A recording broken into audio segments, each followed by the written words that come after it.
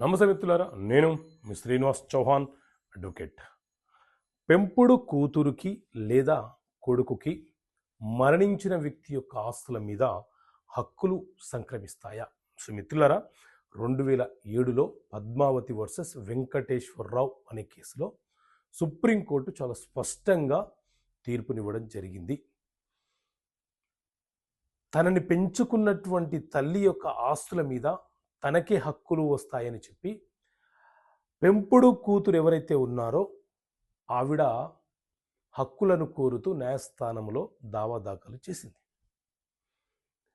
చనిపోయిన వ్యక్తి యొక్క వారసులు, చట్టబద్ధ వారసులు ఎవరైతే ఉన్నారో ఆమె ఒక అడాప్షన్ డాటర్ కాదు, లేదా బయాలజికల్ డాటర్ కాదు, కేవలము ఆమె యొక్క పెంపుడు కూతురు మాత్రమే, ఆమెకు హక్కులు సంక్రమించవు అని చెప్పి అవతల వ్యక్తులు వాదన చేసినారు.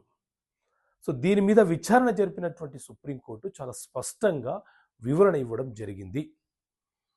బయాలజికల్గా ఒక తండ్రికి జన్మించినటువంటి కొడుకులు కూతులు ఎవరైతే ఉన్నారో వాళ్లకు ఆ తండ్రి యొక్క ఆస్తుల మీద చట్టబద్ధంగా హక్కులు సంక్రమిస్తాయి. లేదా బ్రతికి ఉన్నప్పుడు ఆ తల్లిదండ్రులు కనుక ఎవరినైనా దత్తత అడాప్షన్ తీసుకొని ఉంటే, అది చట్టబద్ధంగా రిజిస్ట్రేషన్ అయినా కాకపోయినా సాంప్రదాయం ప్రకారంగా ఒక చర్య ద్వారా అడాప్షన్ జరిగి ఉంటే వారు కూడా చట్టబద్ధమైనటువంటి వారసులుగా పరిగణించబడతారు. కానీ అటు అడాప్షన్ తీసుకోకుండా, దత్తత తీసుకోకుండా వారికి జన్మించని పిల్లలకు కేవలం వారి అవసరాల కోసము, అంటే ఆ పిల్లల యొక్క అవసరాలను తీర్చడం కోసం వాళ్ళని పెంచుకుంటే వారు ఆ తల్లిదండ్రుల యొక్క ఆస్తులకు వారసులు కారు.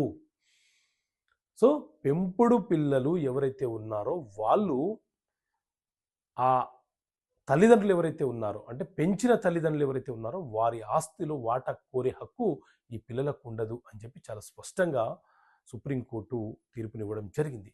సో ఇలాంటి కీలకమైనటువంటి తీర్పుల కాపీ మీకు అందించాలి, మీకు వివరణ ఇవ్వాలి, మీకు తెలియపరచాలి, మనకు అర్థమయ్యే భాషలో తెలియపరచాలనే ఉద్దేశంతో ప్రతి నెల మీకు ఒక చిన్న సింపుల్ మ్యాగజైన్ రూపంలో తీసుకొచ్చే ప్రయత్నం చేస్తున్నాము. సో ఆ మ్యాగజైన్ మీకు కావాలనుకుంటే 12 నెలల కాలానికి మీరు సభ్యత్వం తీసుకోండి. ప్రతి నెల మీ ఇంటికి పోస్ట్ ద్వారా చేరుతుంది. కావాలనుకుంటే ఇక్కడ కనిపిస్తున్న నెంబర్ కాల్ చేసి మీరు సభ్యత్వం తీసుకోవచ్చు. ఓకే మిత్రులారా, థ్యాంక్ యూ.